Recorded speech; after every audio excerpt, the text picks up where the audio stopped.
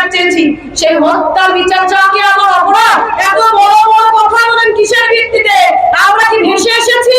তাদের তথ্য প্রমাণের ভিত্তিতে তাদেরকে গ্রেফতার করা হয়েছে, এদেরকে বহিষ্কার করা হোক।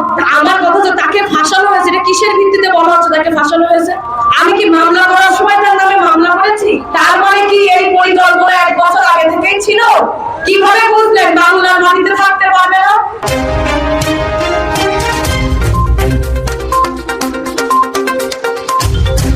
এই যে আজকে হাজার হাজার মানুষের একত্রিত হয়ে সবাই মিলে যে আমরা যে প্রতিবাদ সভা করছে, তার জন্য আমি বিশ্বাস করি নিশ্চয়ই সে দেখছে, অবশ্যই সে দেখছে। সে অবশ্যই আজকে মনে করছে যে আজকে তার প্রাপ্তি। আমি জানি সে দেখছে, আমি বিশ্বাস করি। অনেকে হয়তো বলতে পারে মৃত মানুষ কি করে দেখে, আমার মন বলে সে দেখে। আরো কিছু কথা আপনাদের সামনে তুলে ধরতে চাই। শুনলাম যে গ্যাস বাবুকে আটক করে নিয়ে গিয়েছে। তারপরে আমি ডিবি অফিসে যাই, আমি সব জায়গায় জানার চেষ্টা করি। আপনারা জানেন কি জানি না, আমি কিন্তু স্বরাষ্ট্রমন্ত্রী মহোদয়, আমাদের স্বরাষ্ট্রমন্ত্রী আঙ্কেলের কাছেও কিন্তু আমি দীর্ঘবার গেছি, অনেকবার গেছি। আমি তাকে বারবার বলছি, চাচা আপনি এই বিষয়টা একটু বারবার করে দেখেন, এই কারা এই ঘটনাগুলো ঘটাচ্ছে। আমি আমার বাবা যখন নিখোঁজ ছিল তখন সন্তান চাইছি, আমার বাবা এখন হত্যা করেছে, আমি এর বিচার চাই। যারা হত্যা করেছে তাদের সর্বোচ্চ শাস্তি চাই। তিনি আমাকে আশ্বস্ত করেছেন। তারপরেই আমি দেখলাম যে আমাদের ঝিনাইদহ জেলা আওয়ামী লীগের সাধারণ সম্পাদক সাইদুল করিম মিন্টু চাচাকে আটক করেছে। একটি কথা আপনাদেরকে বলি, এই যে 164 এর কথা আসছে না, আপনারা জানেন যে গ্যাস বাবু 164 এর যে জবানবন্দি দিয়েছে সেইটিতে সে সাইদুল করিম মিন্টু চাচার নাম বলেছে। আরেকটি বিষয় আপনারা শুনে রাখেন, এই যে শিমুল ভুইয়া মাস্টার মাইন্ড মূল কিলার, তার 164 এর যে জবানবন্দি আছে সেই জবানবন্দিতেও সাইদুল করিম মিন্টু চাচার নাম আছে। আমি আপনার কাছে যখন এসেছিলাম, আমি কি কখনো বলেছি যে চাচা আমি অমুক ব্যক্তিকে সন্দেহ করি, চাচা অমুক ব্যক্তি আমার বাবার শত্রু ছিল, আপনি তাকে অ্যারেস্ট করেন? আমি কি কখনো বলেছি? তিনি আমাকে বলেছিলেন, না মা তুমি কখনোই আমাকে এই কথা বলোনি। আমি বারবারই বলেছি যে যারা এই হত্যার সাথে জড়িত তাদেরকে আপনারা আইনের আওতায় নিয়ে আসেন।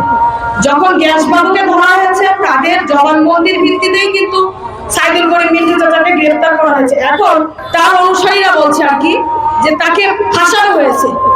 আমার কথা যে তাকে ফাঁসানো হয়েছে, এটা কিসের ভিত্তিতে বলা হচ্ছে তাকে ফাঁসানো হয়েছে? কিভাবে ফাঁসালাম তাকে?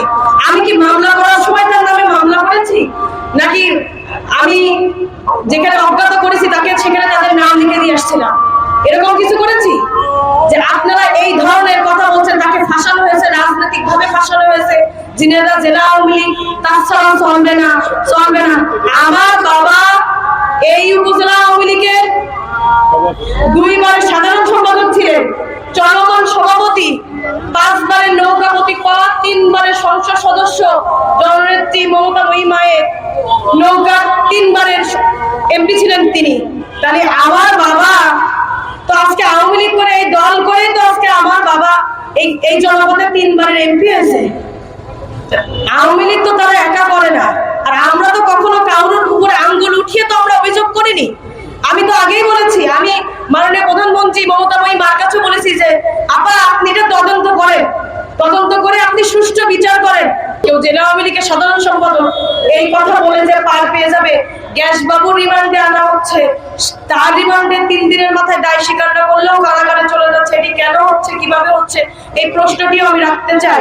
আরেকটি কথা বলতে চাই, আমার কথা ভুল হচ্ছে কিনা আমি জানি না, তবে আমি জানি যে যদি কোনো ব্যক্তি কোনো অপরাধ করে থাকে সেটি দায়ভার কিন্তু কোনোদিনও সংগঠন দল কিন্তু নিবে না। দলের মধ্যে থেকে যদি কেউ কোনো অপরাধ করে থাকে দল তাকে বহিষ্কার করে দিতে বাধ্য। তো আমি চাই যে এই ধরনের আমার বাবার যে জঘন্যতম হত্যা, যে নৃশংসভাবে হত্যা করেছে, যে হত্যার বর্ণনা সন্তান হিসেবে আসলে আমার দিতে অনেক কষ্ট হয়ে যায়। এই নৃশংস হত্যা করেছে, তাদের তথ্য প্রমাণের ভিত্তিতে তাদেরকে গ্রেফতার করা হয়েছে, এদেরকে বহিষ্কার করা হোক, দ্রুত বহিষ্কার করা হচ্ছে। ঝিনাইদহ জেলা আওয়ামী লীগ করার মতন নেতা অনেক আছে। আমি চাই এর সুষ্ঠু তদন্ত হয়ে এর বিচার হবে এবং এই ঘটনার সাথে যারা জড়িত তাদেরকেও বাংলাদেশ আওয়ামী লীগ আর জায়গা দেবে না, বিশ্বাস করি। আরেকটি কথা বলতে চাই, তারা নিজেরা এই ধরনের কর্মকাণ্ডগুলো ঘটিয়ে বিষয়টাকে অন্যভাবে ডাইভার্ট করার জন্য তারা এই ধরনের এই কথাগুলো অপপ্রচার দিয়েছে। তার কারণ কি জানেন? এর মধ্যে ওদের একটা প্ল্যানিং আছে, সেটা হচ্ছে এই যে ইন্ডিয়ায় নিয়ে যে বলার কারণটা কি, এই যে এই ধরনের অপপ্রচার দেবে, তাই এই ধরনের অপপ্রচার ছড়াবেন, এই জন্যই তারা ইন্ডিয়ায় নিয়ে যে এইভাবে মারছে। এই ছবিটা আপনারা সবাই দেখেছেন, আমার বাবার এই নৃশংস হত্যার এই ছবিটা। আপনারা বুকে হাত দিয়ে একটা কথা বলেন, এই ছবি যদি একটি মানুষ দেখে চুপ করে থাকে, সেই মানুষ আসলেই কি রক্তে গড়া মানুষ? এটা মানুষ কিভাবে এই ছবি দেখে চুপ? তারা নাকি মিটিং করেছে, তারা নাকি এই ছবি আগেই দেখেছে। আমি যখন ডিবি অফিসে সাংবাদিক ভাইদের কাছে আমি যখন হাত পায়ে ধরেছি যে আমার তারা খুঁজে পাচ্ছে না, আমাকে কেন বললো না, কেন তারা প্রশাসনের বললো না? এই ধরনের এই ছবি দেখেও যারা চুপ করে থাকে, তাহলে বুঝে নিতে হবে যে তাদের সংশ্লিষ্টতা এই হত্যার সাথে কতটুকু। জিয়াদা জেলা ছাত্রলীগের শীর্ষ নেতা সে বলেছে যে আমাদের বোন ডরিনকে বলতে চাই যে সে একজন উপজেলা আওয়ামী লীগের সভাপতির কন্যা। তো একজন উপজেলা আওয়ামী লীগের সভাপতির কন্যা হয়ে তার মুখে আওয়ামী লীগের নেতাদের নিয়ে মন্তব্য মানায় না। তা আমি একটা কথা বলতে চাই যে আমার বাবা উপজেলা আওয়ামী লীগের সভাপতি, উপজেলা আওয়ামী লীগের সারা বাংলাদেশের আওয়ামী লীগের নেতারা সবাই আমার বাবা, আমার চাচা। আমি তাদেরকে নিয়ে কোথাও কোনো জায়গায় মন্তব্য করিনি। আমার বাবার হত্যা হয়েছে, সেই হত্যার বিচার চেয়েছি, সেই হত্যার বিচার চাওয়া কি আমার অপরাধ? আমি কি তদন্ত করছি? আমি কি বাংলাদেশের পুলিশ তদন্ত ভিত্তিতে যেটি আসছে সেটি আমি আপনাদের সামনে বলছি, আমরা নিউজের মাধ্যমে দেখছি।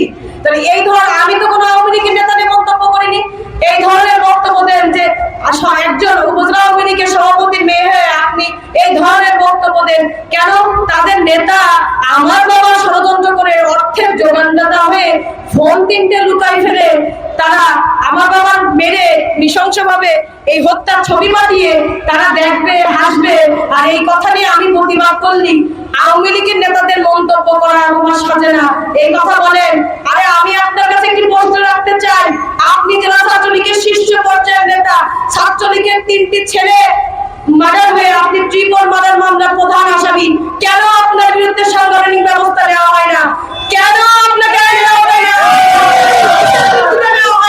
এত বড় বড় কথা বলেন কিসের ভিত্তিতে? আমরা কি ভেসে এসেছি? এই কালীগঞ্জে কি ভেসে এসেছি এত বড় বড় কথা বলে? আমার বাবা আমাদেরকে কখনো শিখায়নি যে মানুষকে অসম্মান করে কথা বলতে। এই স্টেজে দাঁড়িয়ে, এই জায়গায় দাঁড়িয়ে আপনারা বলে গিয়েছেন এর আগে যে বাংলার মাটিতে আপনি কি মাননীয় সংসদ, আপনি পা স্লিপ করলে এই বাংলার মাটিতে দাঁড়িয়ে থাকতে পারবেন না। তার মানে কি এই পরিকল্পনা 1 বছর আগে থেকেই ছিল? কিভাবে বুঝলেন বাংলার মাটিতে থাকতে পারবে না? তার মানে কি 1 বছর আগে থেকে পরিকল্পনা করছেন? আপনি এইরকম মন্তব্য করেন। আমি শুনেছি আপনারও 2টি সন্তান আছে। শোনেন, আল্লাহ যখন বানিয়েছে, পৃথিবীতে পাঠিয়েছে, জন্ম মৃত্যু সবার আছে। আজকে হয়তো আমার বাবার মেরে ফেলেছে, আগে চলে গিয়েছে, কালকে কিন্তু আমার আপনার সকলের যেতে হবে।